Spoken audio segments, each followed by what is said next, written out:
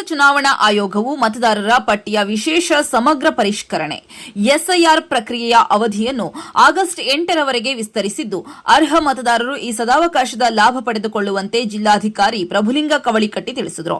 ತಮ್ಮ ಕಚೇರಿ ಸಭಾಂಗಣದಲ್ಲಿ ಏರ್ಪಡಿಸಲಾಗಿದ್ದ ಪತ್ರಿಕಾಗೋಷ್ಠಿಯಲ್ಲಿ ಮಾಧ್ಯಮ ಪ್ರತಿನಿಧಿಗಳಿಗೆ ವಿವರ ನೀಡಿ ಮಾತನಾಡಿದ ಆಗಸ್ಟ್ 8ರ ಕೊನೆಯ ದಿನದವರೆಗೆ ಬಿಎಲ್ಒ ಮನೆ ಮನೆ ಭೇಟಿಗೆ ನೀಡಿ ಮಾಹಿತಿ ಸಂಗ್ರಹಿಸುವರು. ಆಗಸ್ಟ್ 17ರಂದು ಕರಡು ಮತದಾರರ ಪಟ್ಟಿ ಪ್ರಕಟಗೊಳ್ಳಲಿದೆ. ನಂತರ ಸೆಪ್ಟೆಂಬರ್ 16ರವರೆಗೆ ಆಕ್ಷೇಪಣೆಗಳನ್ನು ಸಲ್ಲಿಸಲು ಅವಧಿ ಇರುತ್ತದೆ. ಹಕ್ಕುಗಳು ಮತ್ತು ಆಕ್ಷೇಪಣೆಗಳನ್ನು ಅಕ್ಟೋಬರ್ 15ರೊಳಗಾಗಿ ವಿಲೇವಾರಿ ಮಾಡಲಾಗುವುದು. ಅಕ್ಟೋಬರ್ 19ರಂದು ಮತದಾರರ ಪಟ್ಟಿಯ ಅಂತಿಮ ಪಟ್ಟಿ ಪ್ರಕಟಗೊಳ್ಳಲಿದೆ. ಜಿಲ್ಲೆಯಲ್ಲಿ ಒಟ್ಟು 15,19,459 ಅರ್ಹ ಮತದಾರರಿದ್ದು, ಈ ಪೈಕಿ 12,93,844 ಮತದಾರರನ್ನ ಡಿಜಿಟಲೀಕರಿಸಿ 85.15% ಪ್ರಗತಿ ಸಾಧಿಸಲಾಗಿದೆ. ಇವರಲ್ಲಿ 6,196 ಮತದಾರರು ಆನ್ಲೈನ್ನ ಮೂಲಕ ಮತದಾರರ ಪಟ್ಟಿಯ ಪರಿಷ್ಕರಣೆಯಲ್ಲಿ ಭಾಗವಹಿಸಿದ್ದಾರೆ. ಇನ್ನು 69,603 ಮಂದಿ ಮತದಾರರು ನೋಂದಣಿ ಕಾರ್ಯದಲ್ಲಿ ಭಾಗವಹಿಸಿರುವುದರಿಂದ ಹಿಂದುಳಿದಿದ್ದಾರೆ. ಅವರನ್ನ ಸದರಿ ಪರಿಷ್ಕರಣೆ ಕಾರ್ಯಕ್ಕೆ ನಿಯೋಜಿತರಾದ 1,793 ಮತಗಟ್ಟೆ ಅಧಿಕಾರಿಗಳು ಮತದಾರರ ಮನೆ ಮನೆಗೆ ತೆರಳಿ ಅವರಿಂದ ಮಾಹಿತಿ ಪಡೆದು ಅಪ್ಲೋಡ್ ಮಾಡಲಿದ್ದಾರೆ ಎಂದರು. ಇನ್ನು ಮತದಾರರ ಪಟ್ಟಿಯಲ್ಲಿ ಗೈರಾಗಿರುವವರು, ಮರಣ ಹೊಂದಿದವರು, ಸ್ಥಳಾಂತರಗೊಂಡಿರುವ ಕುಟುಂಬಗಳು ಹಾಗೂ ಎರಡೆರಡು ಕಡೆಗಳಲ್ಲಿ ಮತದಾರರ ಪಟ್ಟಿಯಲ್ಲಿ ಹೆಸರನ್ನ ಉಳಿಸಿಕೊಂಡಿರುವವರು ಸೇರಿದಂತೆ ಒಟ್ಟು 15,06,012 ಜನರನ್ನ ಗುರುತಿಸಲಾಗಿದೆ. ಆ ಪೈಕಿ 43,845 ಮತದಾರರು ಮರಣ ಹೊಂದಿರುವುದನ್ನು ಗುರುತಿಸಲಾಗಿದೆ. ಗುರುತಿಸಲಾಗದ ಅಥವಾ ಗೈರಾಗಿರುವ 23,738 ಮಂದಿಯನ್ನು ಗುರುತಿಸಲಾಗಿದೆ.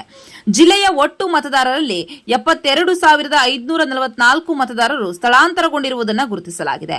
ಉಳಿದ ಹಾಗೂ ಈವರೆಗೆ ಮಾಹಿತಿಯನ್ನ ನೀಡದಿರುವವರ ಮನೆ ಮನೆಗೆ ಮತಗಟ್ಟೆ ಅಧಿಕಾರಿಗಳು ತೆರಳಿ ಮಾಹಿತಿ ಪಡೆಯುವ ಕಾರ್ಯವನ್ನ ಮುಂದುವರಿಸಲಿದ್ದಾರೆ. ಈ ಎಲ್ಲಾ ಮಾಹಿತಿಯನ್ನ ರಾಷ್ಟ್ರೀಯ ಮತ್ತು ಸ್ಥಳೀಯ ರಾಜಕೀಯ ಪಕ್ಷಗಳ ಮುಖಂಡರಿಗೆ ಈ ಕುರಿತು ಮಾಹಿತಿ ನೀಡಲಾಗಿತ್ತು. ಮತದಾರರ ಪಟ್ಟಿಯ ಪರಿಷ್ಕರಣೆ ಕಾರ್ಯದಲ್ಲಿ ಸಹಕರಿಸುವಂತೆ ತಾಲೂಕು ಮತ್ತು ಜಿಲ್ಲಾ ಕೇಂದ್ರದಲ್ಲಿ ಎರಡೆರಡು ಸಭೆಗಳನ್ನು ನಡೆಸಿ ಮಾಹಿತಿ ನೀಡಲಾಗಿದೆ ಎಂದು ಜಿಲ್ಲಾಧಿಕಾರಿ ಪ್ರಭುಲಿಂಗ ಕವಳಿಕಟ್ಟಿ ತಿಳಿಸಿದರು.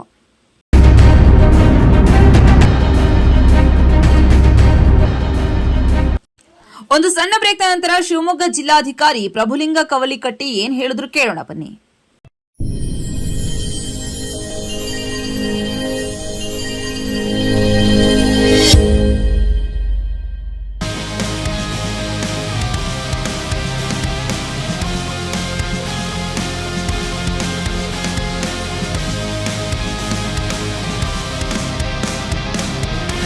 ನಂಜಪ್ಪ ಲೈಫ್ ಕೇರಲ್ಲಿ first time Velys robot use ಮಾಡಿ robotic assistant left side knee replacement start ಮಾಡ್ತಿದ್ದೀವಿ.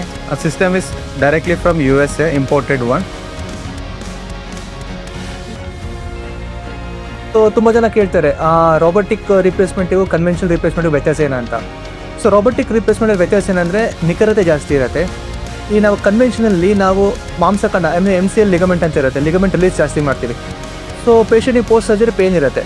ಬಟ್ ನಮ್ಮ ರೋಬೋಟಿಕ್ಸಲ್ಲಿ ನಾವು ಅದನ್ನು ರಿಲೀಸ್ ಮಾಡೋ ಅವಶ್ಯಕತೆ ಇರಲ್ಲ. ಮತ್ತು ಮೊಬಿಲಿಟಿ ಅರ್ಲಿ ರಿಕವರಿ ಇರುತ್ತೆ, ಮತ್ತು ಅಲೈನ್ಮೆಂಟ್ ಪ್ರಿಸೈಸ್ ಬರುತ್ತೆ.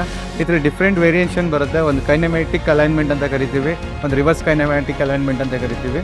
ಸೊ ಈ ಸಿಸ್ಟಮ್ ನಮಗೆ ಸರ್ಜನ್ಸ್ಗೆ ರಿಯಲ್ ಟೈಮ್ ಇಮೇಜಿಂಗ್ ಕೊಡೋದ್ರಿಂದ ನಮಗೆ ಎಷ್ಟು ಆ್ಯಕ್ಯುರೇಟಾಗಿ ಬೋನ್ ಕಟ್ ಮಾಡಬೇಕು ಮತ್ತು ಎಷ್ಟು ಆ್ಯಕ್ಯುರೇಟಾಗಿ ಹ್ಯಾಂಗಲಲ್ಲಿ ಇನ್ಸಿಷನ್ ತಗೋಬೇಕು ಅನ್ನೋದಕ್ಕೆ ಹೆಲ್ಪ್ ಆಗುತ್ತೆ.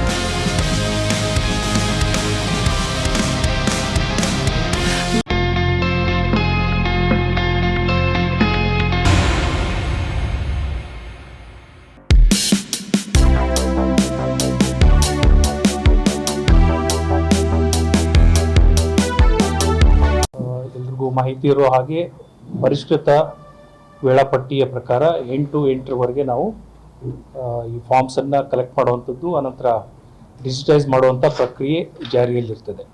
ಸೊ ಇಲ್ಲಿಯವರೆಗಿನ ಪ್ರಗತಿಯನ್ನು ನಾನು ತಮ್ಮ ಮುಂದೆ ಇಡೋದಾದರೆ ಟೋಟಲ್ ನಮ್ಮಲ್ಲಿ 15,19,459 ವೋಟರ್ಸ್ ಇದ್ದಾರೆ.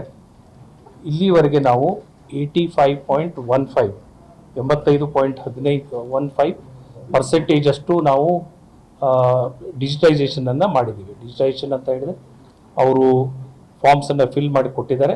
ಕೊಟ್ಟ ನಂತರ ಅದನ್ನು ನಾವು ಕೀ ಇನ್ ಮಾಡಿಬಿಟ್ಟು ಮಾಹಿತಿಯನ್ನು ದಾಖಲಿಸಿದ್ದೀವಿ ಅಂತ ಹೇಳಿ. ಆನಂತರ ಟೋಟಲ್ ಆಗಿ ನಮಗೆ ಈ BLOಗಳ ಮೂಲಕ ಏನು ನಾವು ಫಾರ್ಮ್ಸನ್ನು ಡಿಸ್ಟ್ರಿಬ್ಯೂಟ್ ಮಾಡಿದ್ವಿ, ಅದರೊಟ್ಟಿಗೆ ಆನ್ಲೈನಲ್ಲೂ ಕೆಲವು ಎಲೆಕ್ಟರ್ಸ್ ನಮಗೆ ಅಪ್ಲಿಕೇಶನ್ಗಳನ್ನು ಕೊಟ್ಟಿದ್ದಾರೆ. ಅದರದ್ದು ನಂಬರ್ 6196. ಇಷ್ಟು ಜನ ಆನ್ಲೈನಲ್ಲಿ ಕೂಡ ನಮ್ಮಲ್ಲಿ ಎನ್ಯುಮರೇಷನ್ ಫಾರ್ಮ್ಸನ್ನು ಸಬ್ಮಿಟ್ ಮಾಡಿದ್ದಾರೆ. ಈಗ ಫಾರ್ಮ್ಸನ್ನು ಸಬ್ಮಿಟ್ ಮಾಡಿದ ನಂತರ ನಮ್ಮ ಓವರಾಲ್ ಸ್ಟ್ಯಾಟಿಸ್ಟಿಕ್ಸ್ ಈಗ ಇರ್ತಕ್ಕಂಥದ್ದು ಟೋಟಲಿ ಡಿಜಿಟೈಸ್ಡ್ 12,93,844. ಇವರು ನಮ್ಮ ಫಾರ್ಮ್ಸನ್ನು ಡಿಸ್ಟ್ರಿಬ್ಯೂಟ್ ಮಾಡಿದ ನಂತರ ಅವರು ಫಿಲ್ ಮಾಡಿಬಿಟ್ಟು ನಮಗೆ ಕೊಟ್ಟಿದ್ದಾರೆ. ಅದನ್ನು ವೆರಿಫೈ ಮಾಡಿ ನಾವು ಅವ್ರನ್ನ ಡ್ರಾಫ್ಟ್ ಪಟ್ಟಿಗೆ ಸೇರಿಸೋದಕ್ಕೆ ಈಗಿನ ಸ್ಥಿತಿಯಲ್ಲಿ ಅವ್ರನ್ನ ನಾವು ಅನುಮೋದಿಸಿದ್ದೀವಿ. ಅದಾದ ನಂತರ 1,56,012 ಇಷ್ಟು ಜನ ನಮಗೆ ಫಾರ್ಮ್ಸನ್ನು ನಾವು ಕೊಟ್ಟಿರ್ತಕ್ಕಂಥದ್ದು ಅದರಲ್ಲಿ ಫಾರ್ಮ್ಸನ್ನು ನಾವು ಇದರಲ್ಲಿ ASDD ಅಂತ ಮಾರ್ಕ್ ಮಾಡಿದ್ದೀವಿ. ಅದರಲ್ಲಿ ಅಬ್ಸೆಂಟಿ, ಶಿಫ್ಟೆಡ್, ಡೆತ್ ಮತ್ತು ಡುಪ್ಲಿಕೇಟ್ ಇಷ್ಟು ಕ್ಯಾಟಗರಿಯಲ್ಲಿ 1,56,112 ಮತದಾರರು ಇದ್ದಾರೆ. ಸೊ ಈ ಎಲ್ಲ ಮಾಹಿತಿಗಳನ್ನು ನಾವು ನಿರಂತರವಾಗಿ ಪೊಲಿಟಿಕಲ್ ಪಾರ್ಟಿಗಳಿಗೆ ಕೊಡ್ತಾ ಇದ್ದೀವಿ. ಇಲ್ಲಿ ಜಿಲ್ಲಾ ಮಟ್ಟದಲ್ಲಿ ನಾನು 2/6/26 2 ಜೂನ್ಗೆ ಒಂದು ಸಾರಿ, ಆನಂತರ 21 ಜುಲೈಗೆ ಇನ್ನೊಂದು ಸಾರಿ, 2 ಬಾರಿ ನಾನು ಪೊಲಿಟಿಕಲ್ ಪಾರ್ಟಿಗಳ ಜೊತೆಗೆ ಮೀಟಿಂಗನ್ನು ಮಾಡಿ ಎಲ್ಲ ಮಾಹಿತಿಯನ್ನು ಶೇರ್ ಮಾಡಿದ್ದೀನಿ. ಅದೇ ರೀತಿ ಪ್ರತಿಯೊಂದು ಲೆಜಿಸ್ಲೇಟಿವ್ ಅಸೆಂಬ್ಲಿ ಕಾನ್ಸ್ಟಿಟ್ಯೂಯೆನ್ಸಿಗಳಲ್ಲೂ ಕೂಡ 2 ಬಾರಿ ಪೊಲಿಟಿಕಲ್ ಪಾರ್ಟಿಗಳಿಗೆ ನಾವು ಮಾಹಿತಿಯನ್ನು ಕೊಟ್ಟಿದ್ದೀವಿ. ಇದು ಒಂದು ಜಿಲ್ಲಾ ಮಟ್ಟದಲ್ಲಿ, ಇನ್ನೊಂದು ಅಸೆಂಬ್ಲಿ ಕಾನ್ಸ್ಟಿಟ್ಯೂನ್ಸಿ ಮಟ್ಟದಲ್ಲಿ ಅದನ್ನು ERO ಅವರು ಮಾಡಿದ್ದಾರೆ. ಮೂರನೇದಾಗಿ ಪ್ರತಿಯೊಬ್ಬ BLO ಅವರ BLAಗಳ ಜೊತೆಗೆ, ಬೂತ್ ಲೆವೆಲ್ ಏಜೆಂಟ್ಗಳ ಜೊತೆಗೆ ನಿರಂತರವಾಗಿ ಸಂಪರ್ಕದಲ್ಲಿದ್ದು ಅವರು ಕೂಡ ಮೀಟಿಂಗನ್ನು ಮಾಡಿ ಪ್ರೊಸೀಡಿಂಗ್ಸ್ ಏನಿದೆ ಅದನ್ನು ಅಪ್ಲೋಡ್ ಮಾಡುವಂಥ ಮ್ಯಾಂಡೇಟರಿ ಪ್ರೊಸೆಸ್ ಕೂಡ ಇದೆ. ಸೊ ಅದನ್ನು ಕೂಡ ನಿರಂತರವಾಗಿ ಮಾಡ್ತಾ ಇದ್ದಾರೆ. ಈಗ ನಮ್ಮೆಲ್ಲರಿಗೂ ಸ್ಪಷ್ಟತೆ ಇರಬೇಕಾಗಿದ್ದು ಏನಂತ ಹೇಳಿದರೆ, ಈ ASDD ಏನು ಲಿಸ್ಟ್ ಇದೆ ಅದರಲ್ಲಿ ಅಬ್ಸೆಂಟಿ ಅಂತ ಹೇಳ್ತಾ ಇದ್ದೀವಿ, ಪರ್ಮನೆಂಟ್ಲಿ ಶಿಫ್ಟೆಡ್ ಇದೆ, ಡೆತ್ ಇದೆ, ಆನಂತರ ಡುಪ್ಲಿಕೇಟ್ ಇದೆ. ಸೊ ಈ ಪಟ್ಟಿಯನ್ನು ನಾವು ನಿರಂತರವಾಗಿ ಪೊಲಿಟಿಕಲ್ ಪಾರ್ಟಿಗಳಿಗೆ ಕೊಡ್ತಾ ಇದ್ದೀವಿ. ಆಲ್ ಆಫ್ ಎ ಸಡನ್ ಕೊಟ್ಬಿಟ್ಟು ಆನಂತರ ಇದರಲ್ಲಿ ನಂಬರ್ಗಳು ಇಷ್ಟಾಗಾಯಿತು ಅಂತ ಗೊಂದಲ ಈಡಾಗಬಾರ್ದು ಅನ್ನೋಂಥ ಒಂದೇ ಉದ್ದೇಶದಿಂದ ನಿರಂತರವಾಗಿ ಕೊಡ್ತಾ ಇದ್ದೀವಿ. ಇನ್ ಕೇಸ್ ಯಾವುದಾದ್ರೂ ತಪ್ಪು ಮಾರ್ಕಿಂಗ್ ಆಗಿದ್ರೆ ನಮಗೆ ಕಾನ್ಫಿಡೆನ್ಸ್ ಇದೆ ಸರಿಯಾಗಿ ಮಾಡ್ಕೊಂಡಿದ್ದೀವಿ ಅಂತ, ಆದರೂ ಕೂಡ ಹ್ಯೂಮನ್ ಎರರ್ ಆಗಿ ಏನಾದ್ರು ತಪ್ಪು ಮಾರ್ಕಿಂಗ್ ಆಗಿತ್ತು ಅಂತ ಹೇಳಿದ್ರೆ ಅದನ್ನು ನಮ್ಮ ಗಮನಕ್ಕೆ ತಂದು ಅದನ್ನು ಕರೆಕ್ಷನ್ ಮಾಡ್ಕೊಳ್ಳೋದಕ್ಕೆ ಕೂಡ ಅವಕಾಶ ಇರಲಿ ಅನ್ನುವಂಥ ಉದ್ದೇಶದಿಂದ ನಾವು ಈ ಎಲ್ಲ ಮಾಹಿತಿಗಳನ್ನು ಟ್ರಾನ್ಸ್ಪರೆಂಟ್ ಆಗಿ ಎಲ್ರಿಗೂ ಕೊಡ್ತಾ ಇದ್ದೀವಿ. ಸೊ ಈ ರೀತಿ ಆದ ನಂತರ ಇನ್ನೂ ನಮಗೆ 69,603 ಫಾರ್ಮ್ಗಳು ಬರಲಿಕ್ಕಿದೆ. ಸೊ ಇದು ಯಾವ ಸಂದರ್ಭದಾಗಿರ್ಬೋದು ಅಂತ ಹೇಳಿದ್ರೆ, ಅವು ಎನ್ಯುಮರೇಷನ್ ಫಾರ್ಮ್ಸನ್ನು ಕಲೆಕ್ಟ್ ಮಾಡೋಕ್ಕೆ BLO ಅವರು ಹೋದಾಗ ಅವರು ಈ ಜಾಗದಲ್ಲಿ ಇಲ್ಲದೆ ಇರ್ಬೋದು, ಆದರೆ ಟ್ರೇಸ್ ಆಗ್ತಾರೆ. ನಾವು ಎಲ್ಲ ಹೊರಗಡೆ ಇದ್ದೀವಿ, ಆನಂತರ ಬಂದು ಕೊಡ್ತೀವಿ. ಆನಂತರ ಕೆಲವರು ಇನ್ನು 8ನೇ ತಾರೀಕುವರೆಗೆ ಟೈಮ್ ಇದೆ, ಯಾಕೆ ಅರ್ಜೆಂಟಿ ಮಾಡ್ತಾ ಇದ್ದೀರಿ, ನಾವು ಆನಂತರ ಕೊಡ್ತೀವಿ ಅಂತ ಹೇಳುವಂಥ ಕ್ಯಾಟಗರಿ ಕೂಡ ಇದೆ. ಇನ್ನು ಕೆಲವು ಬಂದಿದೆ, ಆದರೆ ನಮ್ಮ BLOಗಳು ಇನ್ನೊಂದು ಸಾರಿ ಅದನ್ನು ಪರಿಶೀಲನೆ ಮಾಡಿ ನಾನು ಅದರ ಡಿಸಿಷನ್ ತೊಗೊಳ್ತೀನಿ ಅನ್ನೋದು ಪೆಂಡೆನ್ಸಿ ಕೂಡ ಇರ್ತದೆ. ಲೈಕ್ ಶಿಫ್ಟೆಡ್ ಅಂತ ಅದರಲ್ಲಿ ಪ್ರಿಲಿಮಿನರಿಯಾಗಿ ನಮಗೆ ಮಾಹಿತಿ ಬಂದರೂ ಕೂಡ ಇನ್ನೊಂದು ಸಾರಿ ನಾನು ವೆರಿಫೈ ಮಾಡ್ತೀನಿ ಸರ್ ಅಂತ BLOಗಳು ಕೂಡ ಹೇಳ್ತಾ ಇದ್ದಾರೆ. ಸೊ ಅದಕ್ಕೂ ನೋಡೋಕ್ಕೆ ನಾವು ಅವಕಾಶವನ್ನು ಕೊಟ್ಟಿದ್ದೀವಿ. ಸೊ ಈ ರೀತಿ ನಮಗೆ ಇನ್ನೂ 69,000 ಎನ್ಯುಮರೇಷನ್ ಫಾರ್ಮ್ಗಳ ಬಗ್ಗೆ ನಾವು ಡಿಸಿಷನ್ ಮಾಡೋದು ಬಾಕಿ ಇದೆ. ಸೊ ಇನ್ನೂ ಟೈಮ್ ಇದೆ. ಆನಂತರ ನಮ್ಮ ಪ್ರಗತಿ ನೋಡಿದರೆ ನಾವು 69,000 ಮಾಹಿತಿ ಸಿಕ್ಕಲ್ಲಿ 2 ದಿವಸದಲ್ಲಿ ಕಂಪ್ಲೀಟ್ ಮಾಡುವಂಥ ಸಾಧ್ಯತೆ ಕೂಡ ಇದೆ. ಬಟ್ ಅದನ್ನು ನಾವು ಅರ್ಜೆನ್ಸಿ ಯಾವುದಕ್ಕೆ ಕೊಡೋಕ್ಕೂ ಮಾಡ್ತಾ ಇಲ್ಲ, ಅದನ್ನು ನಿರಂತರವಾಗಿ ಪ್ರಕ್ರಿಯೆ ಇರೋದ್ರಿಂದ.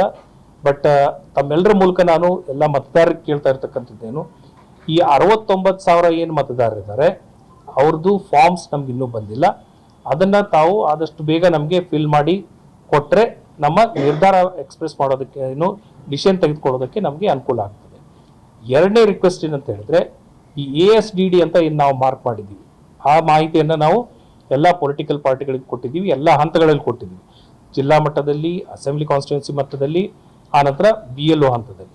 ಸೊ ಪದೇ ಪದೇ ಇದನ್ನು ಮಾಹಿತಿಯನ್ನು ಕೊಡ್ತಾ ಇದ್ದೀವಿ. ಆನಂತರ ಈ ಮಾಹಿತಿ ಏನಿದೆ ಇದು ಡೈನಮಿಕ್ ಆಗಿರ್ತದೆ, ಇದು ಸ್ಟ್ಯಾಟಿಕ್ ಆಗಿರೋದಿಲ್ಲ. ಇವತ್ತು ಇರ್ತಕ್ಕಂತಹ ಮಾಹಿತಿ, ಫಾರ್ ಎಕ್ಸಾಂಪಲ್ ಒಬ್ಬ ವ್ಯಕ್ತಿನ ನಾನು ಇವತ್ತು ಅಬ್ಸೆಂಟಿ ಅಂತ ಮಾರ್ಕ್ ಮಾಡಿರ್ತೀನಿ, ನಾಳೆ ಅವ್ರ ಬಗ್ಗೆ ಮಾಹಿತಿ ಸಿಗ್ತದೆ. ಸೊ ಅವಾಗ ನಾವು ಅಬ್ಸೆಂಟಿ ನಂಬರ್ನ ಅಲ್ಲಿಂದ ಡಿಲೀಟ್ ಮಾಡಿಬಿಟ್ಟು ಈ ಡಿಜಿಟೈಸ್ ನಂಬರ್ಗೆ ಆ್ಯಡ್ ಮಾಡ್ಕೊಳ್ತೀವಿ. ಸೊ ಹಾಗಾಗಿ ಇದು ಡೈನಮಿಕ್ ಇರೋದ್ರಿಂದ ಎಲ್ಲ ಮತದಾರರಲ್ಲಿ ಹಾಗೂ ಪೊಲಿಟಿಕಲ್ ಪಾರ್ಟಿಯ ರಿಪ್ರೆಸೆಂಟೇಟಿವ್ಗಳು ಏನಿದ್ದಾರೆ ಅವರಲ್ಲೂ ಕೂಡ ನಾವು ಮನವಿ ಮಾಡೋದೇನಂತ ಹೇಳಿದ್ರೆ, ಈ ಪಟ್ಟಿಯನ್ನು ನಿರಂತರವಾಗಿ ತಾವು ಪರಿಷ್ಕರಿಸಿ ನೋಡ್ಕೊಳ್ತಾ ಇರಿ. ಆನಂತರ ತಮಗೆ ಮಾಹಿತಿ ಸರಿ ಅಂತ ಇದ್ದಂಥ ಸಂದರ್ಭದಲ್ಲಿ ಯಾವುದೇ ರೀತಿಯ ಕ್ರಮದ ಅಗತ್ಯ ಇಲ್ಲ. ಬಟ್ ಯಾವುದಾದ್ರೂ ವ್ಯತ್ಯಾಸ ಇದೆ, ಯಾವುದಾದ್ರು ನಾವು ಅಬ್ಸೆಂಟ್ ಅಂತ ಮಾಡಿದ್ದೀವಿ, ಅವ್ರು ಅಲ್ಲಿದ್ದಾರೆ ಅನ್ನುವಂಥ ಮಾಹಿತಿ ಏನಾದರೂ ಇತ್ತು ಅಂತ ಹೇಳಿದ್ರೆ ನಮ್ಮ ಗಮನಕ್ಕೆ ತಂದರೆ ಅದನ್ನು ನಾವು ಕರೆಕ್ಟ್ ಮಾಡ್ಕೊಳ್ಳೋದಕ್ಕೆ ಅನುಕೂಲ ಆಗ್ತದೆ. ಸೊ ಈ ಮೂಲಕ ನಾವು ಇಲೆಕ್ಷನ್ ಕಮಿಷನ್ ಧ್ಯೇಯ ಏನಿದೆ ಅಂತ ಹೇಳಿದ್ರೆ, ಎಲ್ಲ ಅರ್ಹ ಮತದಾರರು ಎಲೆಕ್ಟ್ರಲ್ ರೋಲಲ್ಲಿ ಇರಬೇಕು, ಅಲ್ಲದೆ ಯಾವುದೇ ಅನರ್ಹ ಮತದಾರ ಎಲೆಕ್ಟ್ರಲ್ ರೋಲಲ್ಲಿ ಇರಬಾರ್ದು. ಈ ಎರಡು ಸ್ಟೇಟ್ಮೆಂಟ್ಗಳನ್ನು ನಾವು ಕಾಶಿಯಸ್ ಆಗಿ ನೋಡಿಕೊಂಡು ಈ ತೀರ್ಮಾನವನ್ನು ತೆಗೆದುಕೊಳ್ಬೇಕಾಗಿರೋದ್ರಿಂದ ಮಾಹಿತಿ ವಿನಿಮಯ ಏನಿದೆ ನಮ್ಮ ಮತ್ತು ಸಾರ್ವಜನಿಕರ ನಡುವೆ, ನಮ್ಮ ಮತ್ತು ಪೊಲಿಟಿಕಲ್ ಪಾರ್ಟಿಗಳ ನಡುವೆ ತುಂಬ ಇಂಪಾರ್ಟೆಂಟ್ ಆಗಿರೋದ್ರಿಂದ ನಾನು ಮತ್ತೆ ಇನ್ನೊಂದು ಸಾರಿ ತಮ್ಮನ್ನ ಈ ವಿಷಯದ ಬಗ್ಗೆ ಮಾಹಿತಿಯನ್ನು ಶೇರ್ ಮಾಡಬೇಕು ಅನ್ನುವಂಥ ಉದ್ದೇಶದಿಂದ ನಾನು ಇವತ್ತು ತಮ್ಮನ್ನು ಇಲ್ಲೆಲ್ಲ ಕರೆದಿದ್ದೀನಿ. ಸೊ ಈ ಎಲ್ಲ ಮಾಹಿತಿಯನ್ನು ನಾವು ಪೊಲಿಟಿಕಲ್ ಪಾರ್ಟಿ ಕೊಟ್ಟಿದ್ದೀವಿ. ಆನಂತರ ನಂಬರ್ಗಳನ್ನು ನಾನು ತಮ್ಮ ಮೂಲಕ ಕೂಡ ಶೇರ್ ಮಾಡ್ತಾ ಇದ್ದೀನಿ.